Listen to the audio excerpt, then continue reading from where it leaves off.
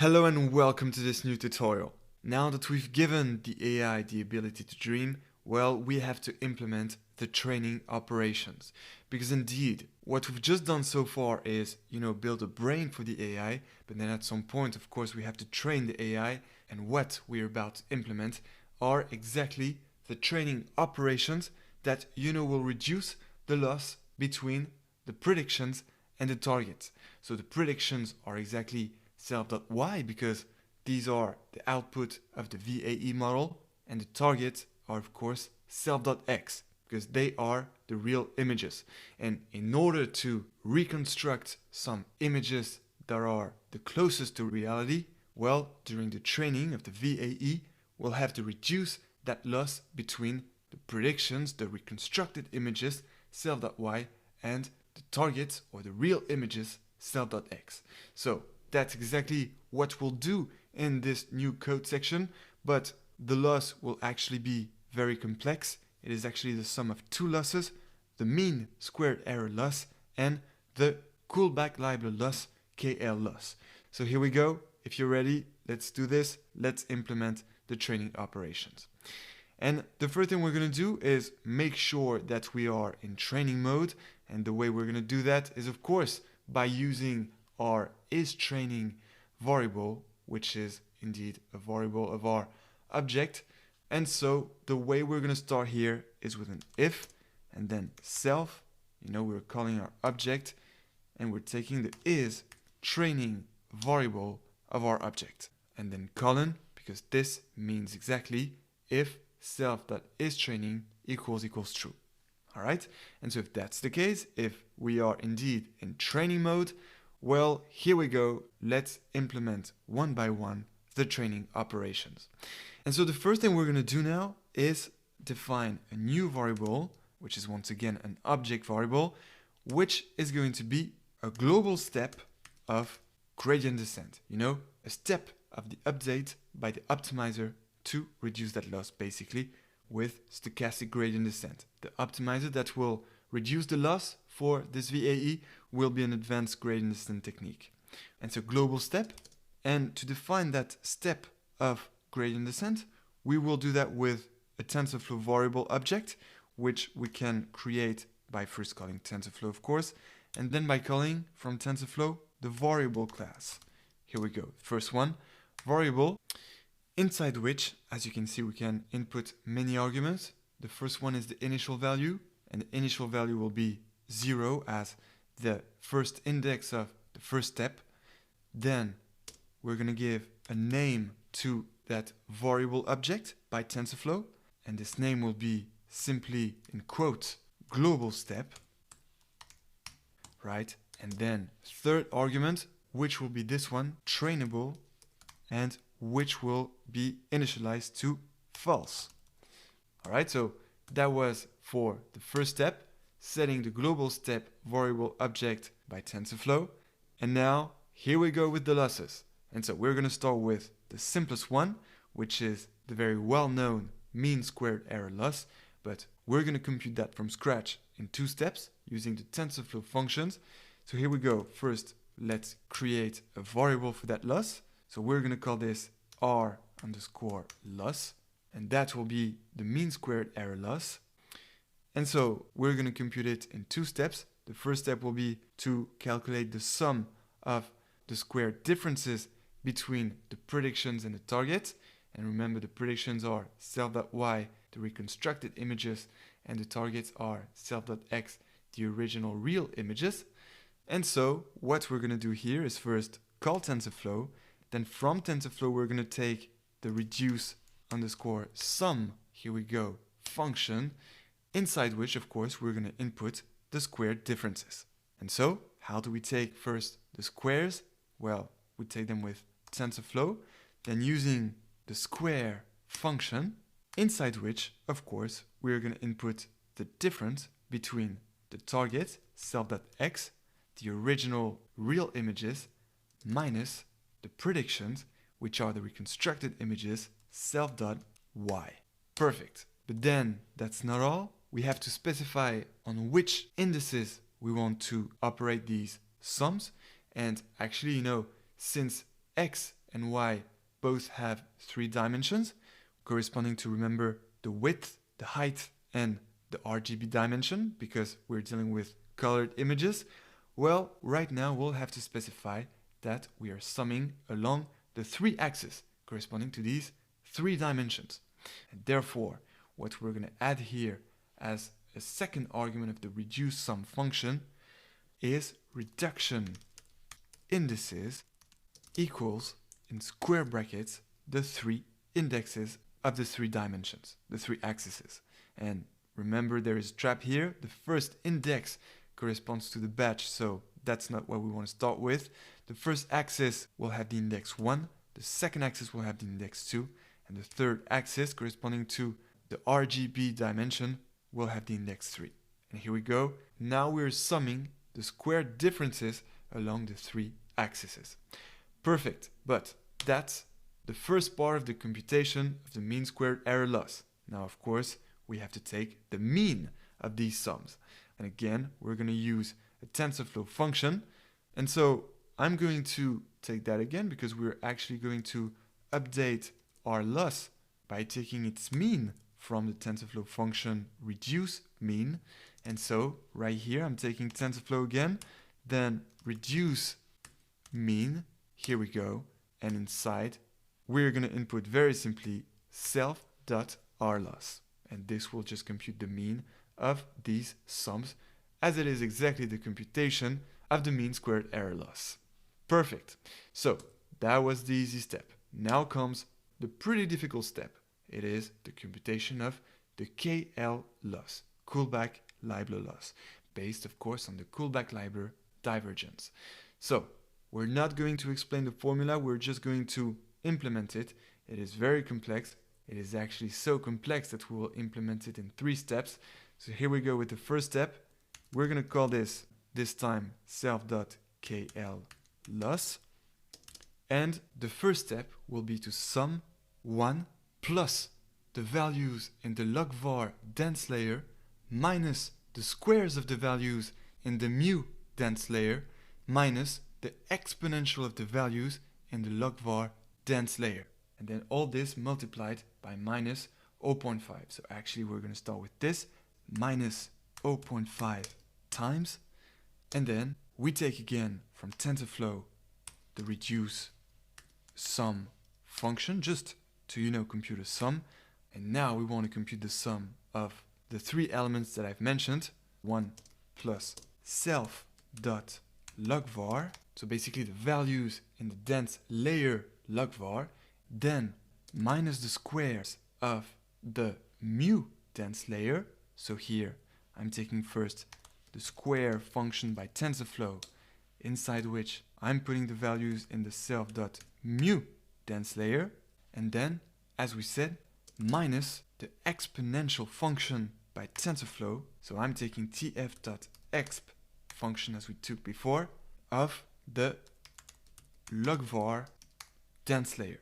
Alright, so all this is what we're summing inside the KL loss. But therefore, we have to put this in 1 argument because then comes the indices of the axes along which we want to do that sum. And so we have to specify this, but this time it's going to be simple because the dense layer actually has 2 dimensions. The first one corresponding again to the batch and the second one corresponding to the single dimension of this one-dimensional vertical tensor. It's like a vertical vector. So here the reduction indices is nothing else than 1. Okay, perfect. So we have done the toughest part. Now what we're going to do is the second part of the computation of the KL loss. But no worries, it's going to be more simple because we're just going to take the maximum of that KL loss that we've just computed, this formula here, and the KL tolerance, which is one of our arguments here and also a variable object, multiplied by the z size. So we're taking this maximum due intrinsically to the KL tolerance that we want to use to cap this loss. And that makes sense. That's because if the loss is too small, then the maximum of the loss we computed before and that KL tolerance will be equal to the KL tolerance.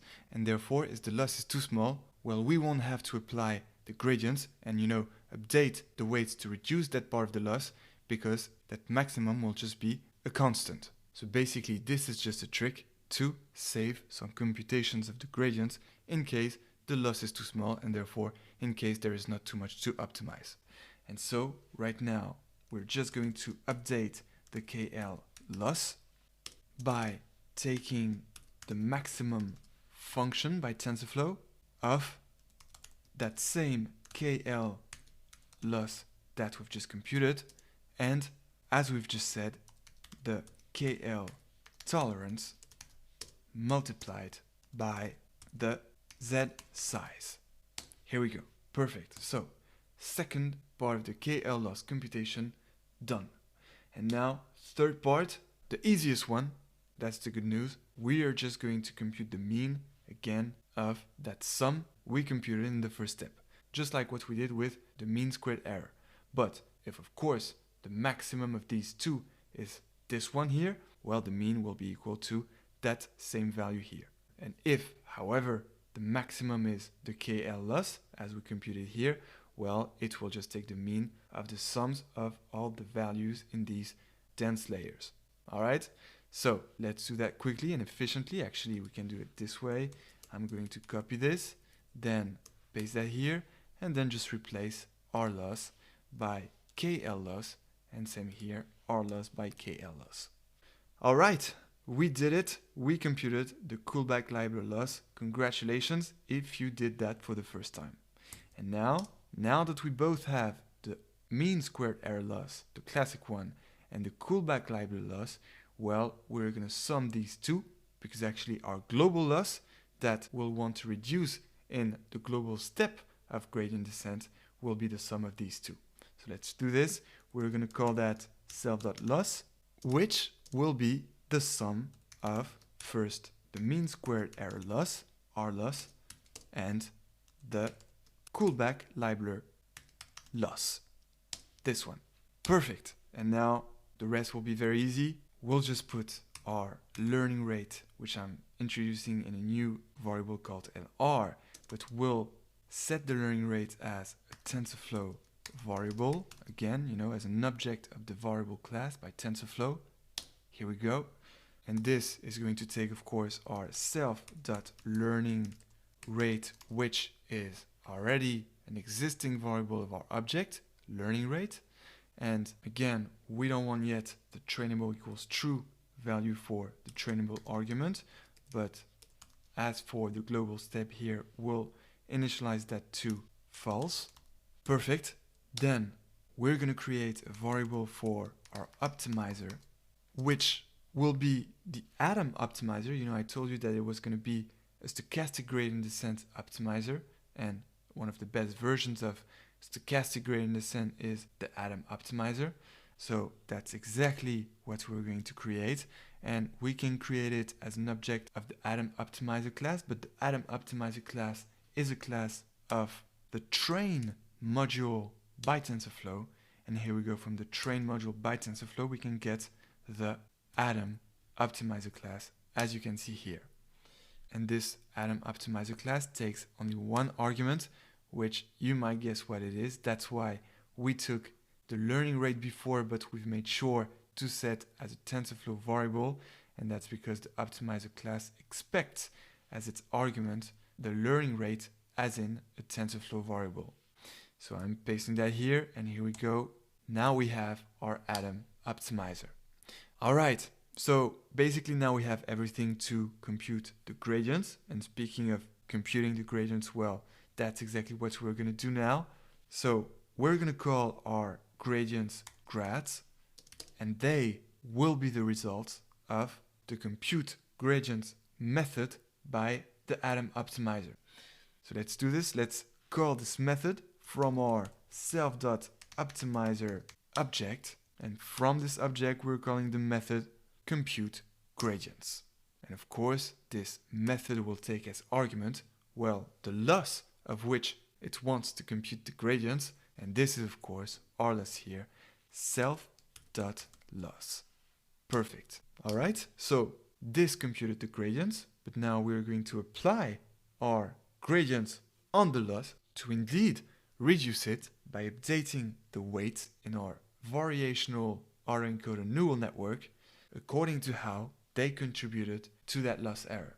And the way we're going to do this is by creating a new variable, which will be exactly what we're doing right now, which is to implement the training operations, because the variable we're going to create now is exactly the train up variable, which is exactly that step of gradient descent operation, which reduces that loss and updates the weight in this direction of loss reduction. And so to do that, well, we take first our optimizer, but then this time from the optimizer, we're going to apply, here it is, the apply gradient method, which is going to take as arguments first the grads and vars, which are here. The grads are gradients that we computed with the compute gradient method. So grads first, then as you can see, the next one is global step, and that's of course what we've created here as a TensorFlow variable, which represents the global step of gradient descent with our Atom optimizer. So let's just input, global step equals self dot global step. And then finally, as usual, we can give a name to that operation, and we're going to call this, in quote, train step, right? A training step of gradient descent. All right, and lastly, and we have to get out of this if condition, because we are done with the training operations, but what we want to do is just some initialization of all the global variables we'll have for our VAE. And that's just because whenever we start the training, we'll have to initialize everything with an initializer that we're about to create. And speaking of it, we're going to call this self.init, which is going to be the result of a TensorFlow function that is global variables initializer. And let's not forget the parentheses. All right, and that closes the section on the build graph method. So the most important thing in this build graph method is of course all this part here where we build the full architecture of the VAE.